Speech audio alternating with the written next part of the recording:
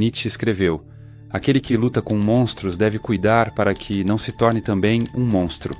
E se você olhar por tempo suficiente para um abismo, o abismo olhará de volta para você.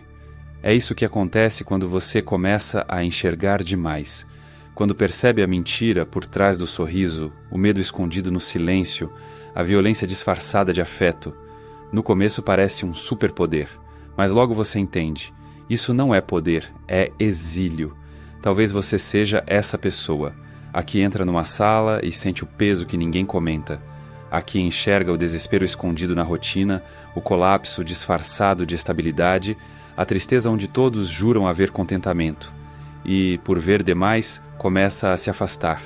Não por escolha, mas porque sua presença incomoda. Alan Watts dizia que o despertar é uma espécie de exílio. E ele estava certo. Despertar não é um festival de luz. É o luto da inconsciência. É perceber que muitas vezes a ignorância realmente era uma bênção, porque agora você não consegue mais rir da mesma piada, celebrar a mesma farsa, participar da mesma encenação. Você se tornou um ponto de silêncio numa sala cheia de ruído. Mas eu quero te dizer algo. Você não está só.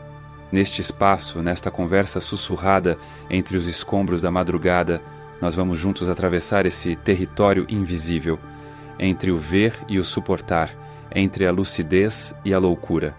Aqui, a proposta não é ensinar fórmulas nem oferecer saídas fáceis. É descer fundo, rasgar véus, atravessar junto com você o abismo que se abre quando os olhos se recusam a se fechar. Vamos começar.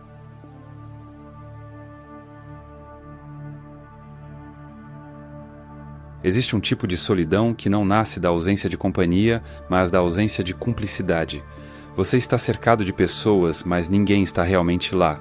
Você ouve conversas, mas tudo parece ensaiado.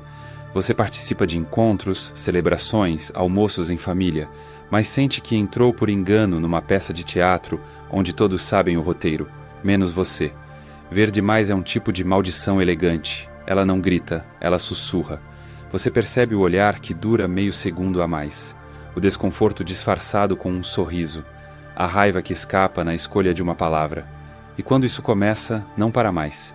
Ver se torna respirar. Você respira verdades que os outros passam a vida evitando, e aos poucos isso te separa, invisivelmente, irreversivelmente. Alan Watts dizia que a consciência é um fluxo que, quando contido, nos destrói.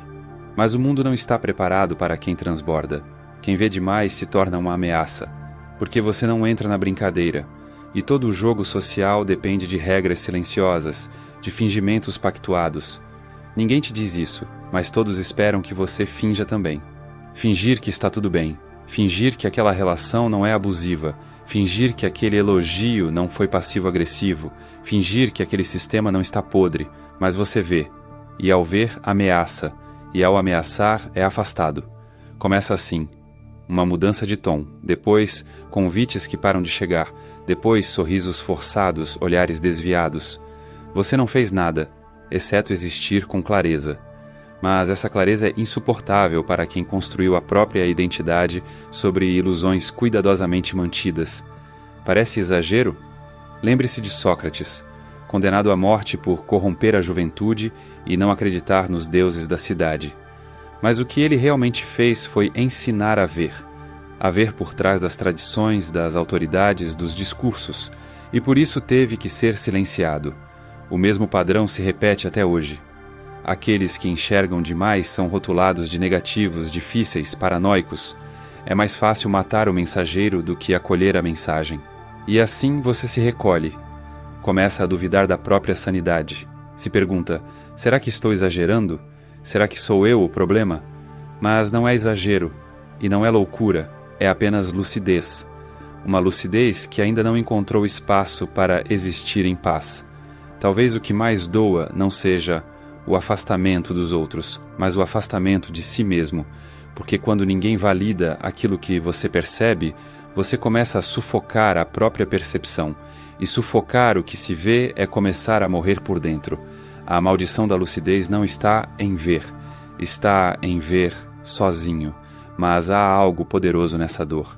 Ela prova que você está desperto, E mesmo que agora isso te separe, mais adiante pode ser justamente o que te conectará com quem também aprendeu a ver, e ainda assim decidiu continuar.